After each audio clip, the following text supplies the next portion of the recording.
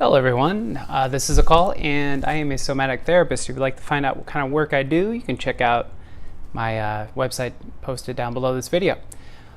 Alright, so what I would like to talk about today is actually addressing a couple questions I've received rather recently. I know a lot of the yoga stuff and the astrology stuff, particularly on the sort of philosophical level, is kind of confusing, partially because of the language that's used. So specifically, what I tend to focus on when it comes to yoga and astrology, at least on a philosophical level, is what's most fundamental, what's most basic. And the most basic fundamental attribute of a lot of these Eastern systems have to do with the sort of qualities that you find in nature. And what's really important here to remember is that anything we perceive in nature, we also perceive within our own nature. This is something that's regularly forgotten, which is that the human experience is part of a natural experience. It's part of natural law. So we tend to see the same qualities in our own disposition, specifically organized through our mind. So what I'm showing here goes from the scale all the way from like universal mind, or what they call like chitta, which is up here. So universal mind or chitta. And again, what we're talking about here is this is basically a reflection of nature. So what I'm describing here is not nature itself. I'm describing it as nature as it's manifested through our experience. Without getting too cryptic, the best way I can kind of describe this is if I was describing just nature, you know, again, what we can objectively observe as nature in terms of its qualities and attributes and behaviors and all those sorts of things, what I'd be looking at, and again, this is without the consciousness or without the individual perceiving it. So it's not taking that into account. So it's totally objectively perceiving nature. What you would get is something like the I Ching, which is essentially binary. It's ones and zeros. And it just describes material for what it is. It describes creation for what it is. It describes the precipitation of creation for what it is. Now, when you consider and bring into account the human mind or the human experience, then all of a sudden you're going from this binary system to what I would kind of call a trinary system, in which you're seeing three different attributes begin to materialize. And we see this in most cultures and most spiritual paths which attempt to describe the human experience on some level, which is you can think of, like, even in the Bible, you can think of Father, Son, Holy Spirit. Again, there's a lot of these trinary patterns, trinary systems. You know, within the yoga sort of Vedic perspective, what you get is you get Vishnu, Brahma, Shiva, again, threes, and threes. So, because again, what that's bringing into account is not just the binary of ones and zeros in the creation pattern, but also the individual, the human interaction, the interaction of consciousness with that binary. So, hopefully that's not too cryptic. Probably is, but I get it. So what we got here is we've got the gunas. This is what I'm going to focus on. Again, these are the fundamental attributes that exist in all nature, but as well as within the human mind. The human mind as it relates to the greater universal mind. So the gunas, are these qualities that exist in all creation, are rajas. So rajas is the active aspect, the active component to all creation. Then you have tamas, which is inertia.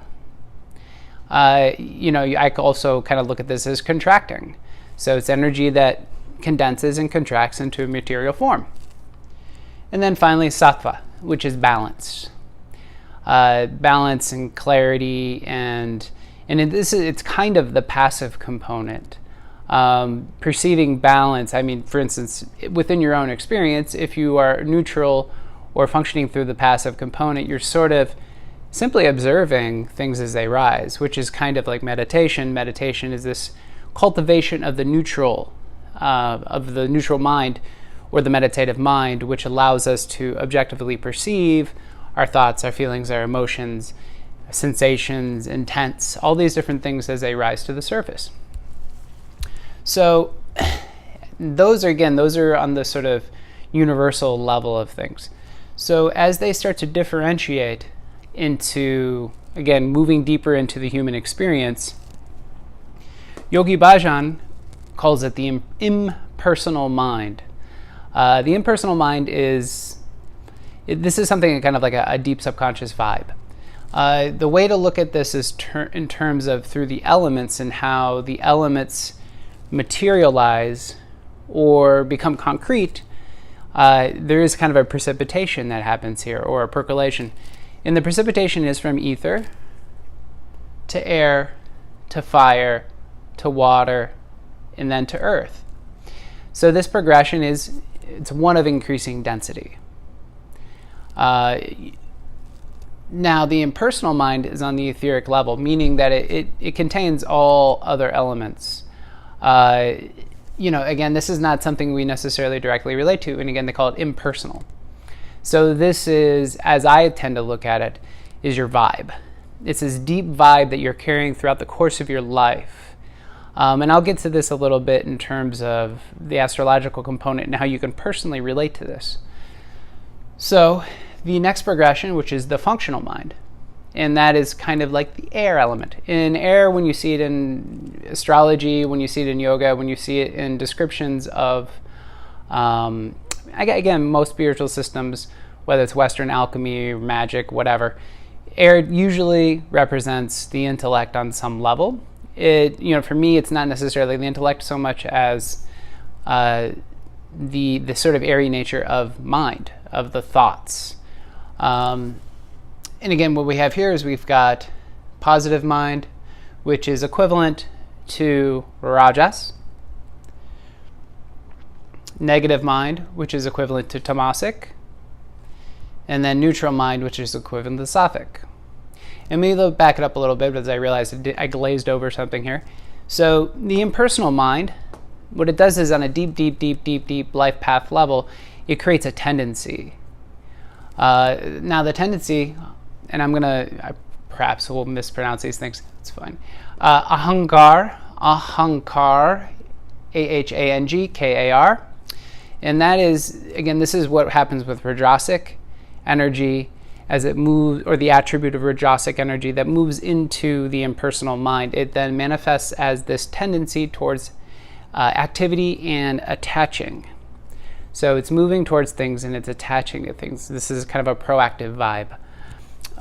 Then you got Manas, which is kind of generically like, in psychology, this is generically what they would kind of look at as the mind. But this is the aspect of the mind that stores. It stores, it looks at the past, it records things. Again, it has this contracting principle and a tendency to hold on. Buddhi. Buddhi is, again, for me, this is a bit of the passive principle. This is the principle that it's not really acting in any particular way. It's balancing. It's perceiving things as they come in, and it's essentially seeing the this or that, or it's looking clearly and directly at the reality that is, which is this or that, positive and negative, etc., etc. Again, what we're doing is we're sort of observing the dualities. And so, again, the impersonal mind turns into the functional mind, which I kind of covered, so positive mind, negative mind, neutral mind. Now, the positive mind, just again, is the active component of the mind. It's the mind that is, it's proactive, but once it gets shit done. So we can kind of perceive this. This is at a level in which we can kind of perceive these tendencies. This active component, again, it's always sort of directed. It's going this way. It's going this way. It's going this way. It's going this way, and it can change and shift. And again, but it's always sort of in motion. The negative mind is protective. It's kind of defensive. It's protective. It's quick. So that's the thing about the negative mind you need to understand. It's really quick. It's the first thing to act. It's the first thing to act because it's functioning strictly to preserve one's existence, preserve one's life. This is not negative in the sense of like bad. This is negative in the sense of preserving density, preserving your life force, preserving your body. Again, protective. Neutral mind, again, is about discerning. It's discerning the positive and the negative. It's, again, clearly perceiving these things. So then it moves on to, after the air element, it moves into the fire element. Now, the fire element, as described by Yogi Bhajan, is, he calls them the 9 aspects. But what you're getting here is you're getting a combination of the impersonal mind and the personal mind. So you're getting a combination that ultimately leads to what I would describe as a style. And it's a style of how you move out into life. So the combination of these aspects leads to the style. And again, what you have 9 of these. And what they are is they're simply combinations of, again, if you have positive mind, which is, let's say, mixed with, not tamasic, but the sort of impersonal manas, or the impersonal negative mind. And what you're getting then is you get this positive-negative combination, which creates a certain style the individual takes out into life on some level. But this is not like at the level of what we're actually projecting as of yet. This is, again, it's a stylistic thing. So when we get into the level of how all these things then combine into what we bring out into the world and what we ultimately project out into the world is when we get to the level of water. And I always like to think about water and what is water's behavior. Water's behavior is to essentially move upon the surface of the earth. And of course it moves down into the earth and it does all sorts of things. But it's always kind of in this state of flowing and moving until it gets to a stasis, until it gets to the lowest point. Water will flow downhill until it gets to the lowest point. It will percolate through the ground, through the soil, until it gets to, let's say, an underground aquifer, which would be its lowest point. So water is always moving upon the earth and through the earth. And that's why we perceive this as our projection out into the world. And so Yogi Bhajan has classified this as 27 different projections in his book, The Mind. These 27 projections, this is where I found it really interesting, because this is the unifying factor between Vedic astrology and Kundalini yoga, or Kundalini yoga, which is ultimately describing the generalized template or the generalized format or matrix of creation. Again, this idea of the universal mind, which all of us share, which is consciousness itself, and how it precipitates down into what we individually and uniquely express out into the world. So the water level is equivalent to the nakshatras in Vedic astrology. And so down here, what the nakshatras in Vedic astrology are actually doing is, moving all the way around a 360-degree circle. Again, if you can think about dividing the circle into 12 parts, what you have is you've got Aries, which is first, Taurus, Gemini, Cancer, Leo, Virgo, Libra, Scorpio, Sagittarius, Capricorn, Aquarius, Pisces, all 12. And what they're doing, essentially, is describing an evolution. It's the evolution that humanity continues to rotate on over and over and over again. And the Buddhists might say, or a lot of ancient traditions talk about these ideas of wheels within wheels.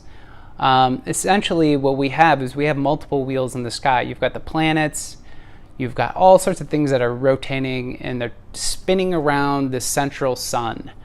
And if you can perceive the central sun as being the sort of spirit or life force, for me, I kind of see it as your soul in some ways. I won't use the term spirit. Let's use the word soul. So if the sun represents your soul on some level, and it represents how your life force is flowing, the life force in and of itself is kind of like the sun. And all these planets, Jupiter, Saturn, the moon, etc., they're all, the moon's kind of rotating around the Earth, which is then rotating around the sun. Anyway, you get the theme here. There's lots of rotations around this soul. And what Jupiter and Saturn and Uranus and all these things do is they're adding attribute, qualities, dispositions, etc., etc. Now, it's a slippery slope for me to go into what astrology is actually describing, which is, and I'll say really generally, astrology is basically describing an imprinting. It's an imprinting, at least within Western or Vedic astrology, it's an imprinting that occurs at the moment of birth. And that moment of birth, how do I say it? It's kind of your first trauma, so it's very impacting. It's very impactful, and that's why it's an imprinting. So one of the ways you can kind of perceive that, and this is from another system that I study, where they talk about astrology as being, I guess in some ways, how these planets out in space deviate the path of what are called neutrinos. And there's this flow of energy that comes from the galactic center. And as these planets are sort of moving through space, they, what a neutrino basically is, it's the most finite particle possible that still has an impact on matter, but passes through it. And now its course may deviate slightly or whatever it is based on the object it's moving through. So that's the imprinting, is these neutrinos. And again, this is very theoretical. All this energy that's streaming through is deviated by planets, by asteroids, by the moon, etc. That's why everything in our solar system is considered and accounted for in astrology. So what we're ultimately getting here with the nakshatra is, again, this idea that there's this progression, there's evolutionary cycle that's occurring, is, again, if we look at, Aries through Pisces, Aries being the beginning. It's the sort of latent energy that starts to build up. It's the kind of growth of the embryo, et cetera, et cetera. So this energy is just really active. And it's latent, it's coming to the surface, and it's wanting to come to the surface. This is early spring, and so it represents the active component in its totality. So the impersonal mind, the functional mind, as well as the projection level, or the sort of attitude, all three of those are active in this instance. So that's at the level of Ashwini. It's the nakshatra called Ashwini. And so this, as we follow along the wheel, and this particular wheel, instead of having 12 parts, actually has 28. So as for instance, the sun, as it moves around the Earth, it's moving around this circular, the appearance is that it's moving around the Earth, but there's a circular path, and they call it the ecliptic. Now it basically traces this path, and then in the background you've got these constellations. So the sun moves through and past these constellations. So the moment you're born, if the sun is sitting in front of Ashwini, then the constellations are, then, like I said, then your sun is in Ashwini, and it has the attributes of Rajasic energy on low levels. So Bharani, which is the next nakshatra, you see there's a transformation that occurs. And again, what's consistent, what we need to remember here is that life is about transformation. Your life from birth to death is about transformation. Whether, again, you categorize this or make it significant or give it labels, in order to sort of define your path in life, you could say, well, I have adolescence, I have puberty, I have all these things. What you're describing, once again, is a seasonal cycle.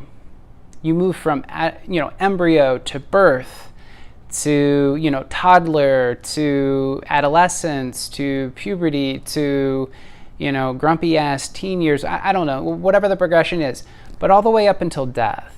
And so we're going through wheels within wheels within wheels. This is a pattern that we're repeating over and over and over again as a collective, as humanity. And this is how the earth evolves, how the individual evolves.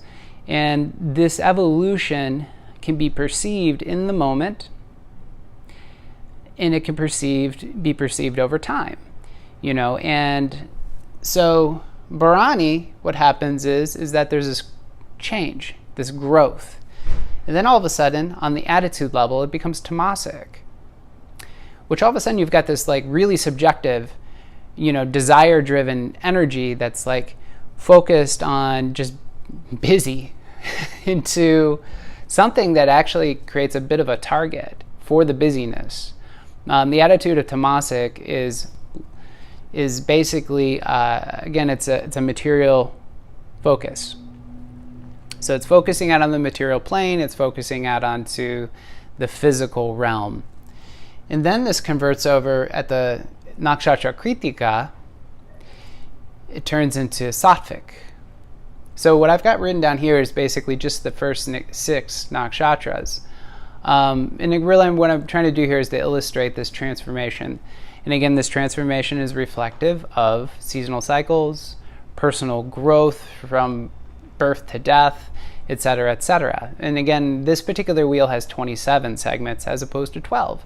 So you can literally divide up, a 360-degree circle in many, many, many different ways.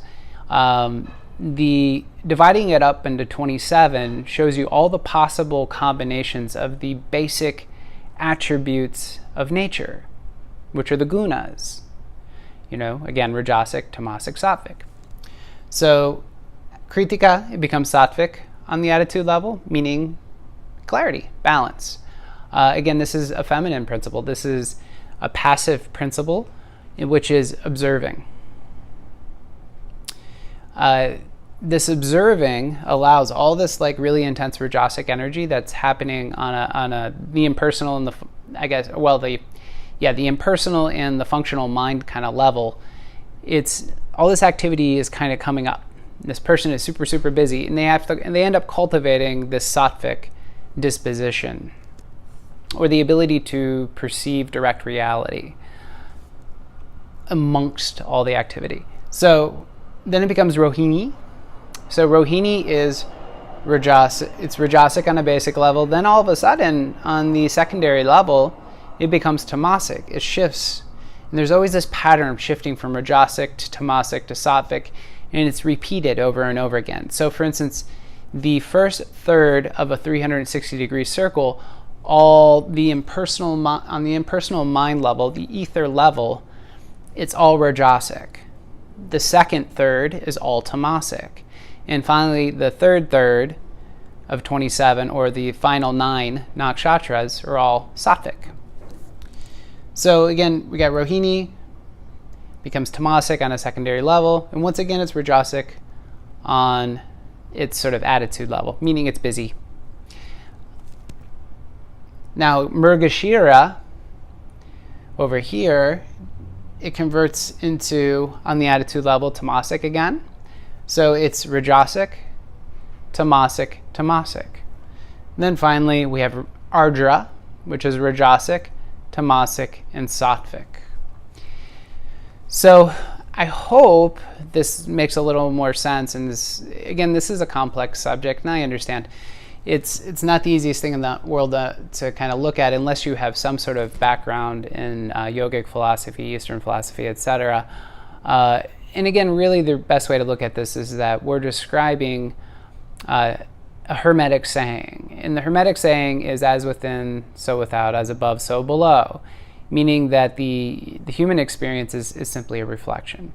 It's a reflection of the cycles of the universe. It's a reflection of the cycles of nature. It's a reflection of, again, all aspects of nature we have within us. So with all that said, hope you enjoyed the video. Thank you.